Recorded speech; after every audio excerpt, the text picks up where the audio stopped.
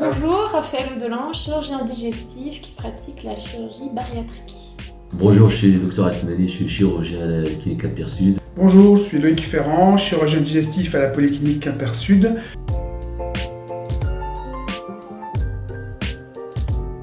Depuis quelques mois, nous avons essayé de structurer l'ensemble de la prise en charge du patient en vue de les opérer.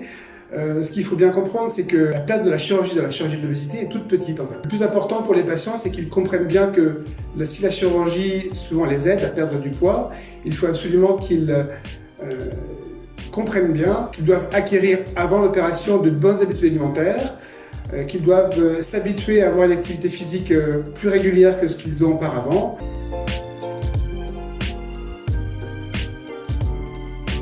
L'idée est d'avoir instauré un hôpital de jour initial au début du parcours, faisant ainsi un état des lieux du point de départ, identifier des axes de travail pour l'éducation thérapeutique, avec toute notre équipe qui a une bonne connaissance du territoire local et des possibilités d'accompagnement des patients. Cette équipe est composée d'infirmières de coordination, diététiciennes, psychologues et éducateurs en activité physique adaptée.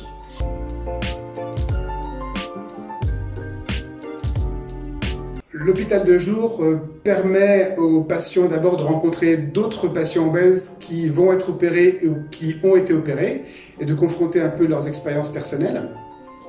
Ça permet de faire le point sur l'évolution de la prise en charge, de voir s'ils ont amélioré par exemple leur façon de manger ou leur activité physique. Cela permet donc de voir entre le début de la prise en charge et la fin de la prise en charge si les patients ont bien compris l'importance de ce travail préopératoire et si on peut les amener à la chirurgie avec de bonnes chances de succès.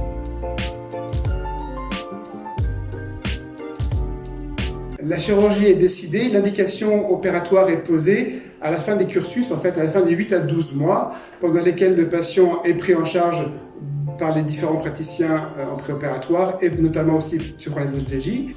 À l'issue de cet hôpital de jour qu'on a nommé numéro 2, plutôt fin de parcours, le dossier du patient est présenté en réunion de concertation pluridisciplinaire. Sont présents à cette réunion nos correspondants de ville et tous ensemble on valide ou non la chirurgie. La chirurgie est alors envisagée ou reportée au prix de travail sur des axes prédéfinis.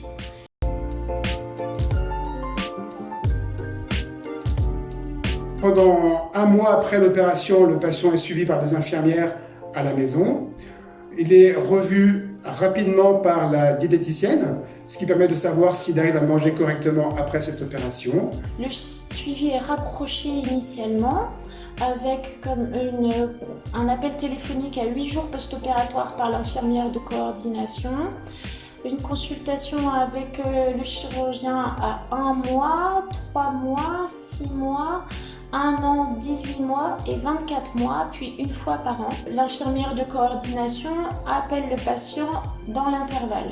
Nous reverrons régulièrement le patient et il bénéficiera d'un autre hôpital de jour à 18 mois au début de la stabilisation pour identifier des difficultés encore possibles à ce moment-là. Sur le plan médical, ils sont suivis de façon rapprochée par les médecins nutritionnistes durant les 2 premières années.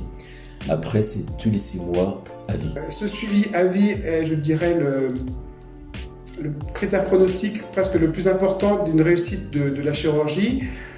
On voit trop souvent des patients qui considèrent qu'ils n'ont plus besoin d'être suivis au bout de 2-3 ans parce qu'ils ont réussi à retrouver un poids normal, qu'ils n'ont pas de carence. À ce moment-là, ils arrêtent de voir leur nutritionniste, leur diététicien, leur chirurgien. Quelques mois après, ils arrêtent de prendre leurs vitamines et on les retrouve avec des carences gravissimes au bout de 3, 4 ans, 5 ans, alors qu'ils ont arrêté tout suivi. J'ai l'habitude de dire que quand on se bat contre son poids, il faut prendre soin de son assiette, prendre soin de sa tête et prendre soin de ses muscles.